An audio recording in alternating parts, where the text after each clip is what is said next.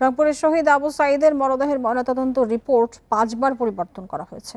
আওয়ামী লীগ সরকার এবং পুলিশের চাপে এটি করতে বাধ্য হয়েছিলেন বলে ট্রাইব্যুনালে সাক্ষ্য দিয়েছেন সংশ্লিষ্ট চিকিৎসক। জানান, হুমকির কারণে বন্দুকের গুলিতে মৃত্যু কথাটি বাদ দিয়ে ময়নাতদন্ত রিপোর্ট লিখতে হয়েছিল। রোববার 7ম দিনে নতুন আরও 3 জনের সাক্ষ্য নেওয়া হয়। মানবতাবিরোধী অপরাধের মামলায় শেখ হাসিনার বিরুদ্ধে 19 জনের সাক্ষ্য গ্রহণ ও জেরা শেষ। রোববার সাক্ষ্য দিলেন রংপুর মেডিকেল কলেজের ফরেনসিক বিভাগের প্রধান ও আবু সাঈদের মরদেহের ময়নাতদন্তকারী চিকিৎসক রাজিবুল ইসলাম। ট্রাইব্যুনালে তিনি জানান, আবু সাঈদের মৃত্যু হয়েছে বন্দুকের গুলিতে অভ্যন্তরীণ রক্তক্ষরণের ফলে, কিন্তু সেটি পরিবর্তন করে মাথায় আঘাতের কারণে মৃত্যু হয়েছে লিখতে চাপ দেয়া হয়। তা না লেখায় প্রথম 3টি রিপোর্ট গ্রহণ করেনি পুলিশ। যদি তিনি সরকারের চাহিদা মতো রিপোর্ট বা পুলিশ প্রশাসনের চাহিদা মতো রিপোর্ট দিতেন, তাহলে ডাক্তার সমাজকে জনগণ ঘৃণা করত। এই কারণে উঠি দেননি।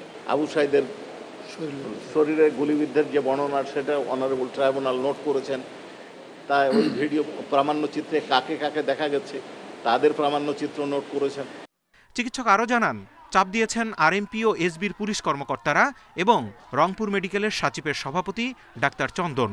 এছাড়া বিভিন্ন গোয়েন্দা কর্মকর্তারাও ছিলেন সেখানে। সিঙ্গাপুর ভ্রমণ সহ নানা প্রলোভনও দেখানো হয় বলে জানান ডাক্তার রাজিবুল। ডেকে নিয়ে যে সাচিব প্রধান এবং পুলিশের 2 জন কর্মকর্তার নাম উনি বলেছেন, সেইখানে উপস্থিত থাকে তার উপর চাপ প্রয়োগ করা হয় এবং বলা হয় এটা নেত্রীর চাহিদা, এইভাবেই দিতে হবে। তখন উনি বাধ্য হয়ে বর্ণনা সঠিক রেখে শুধুমাত্র গান শট শব্দটা বাদ দিয়ে মতামত দিয়েছেন। তবে উনি কৌশলে বলেছেন সার্কমস্টেন্সিয়াল এভিডেন্স আপনারা বিবেচনা করবেন।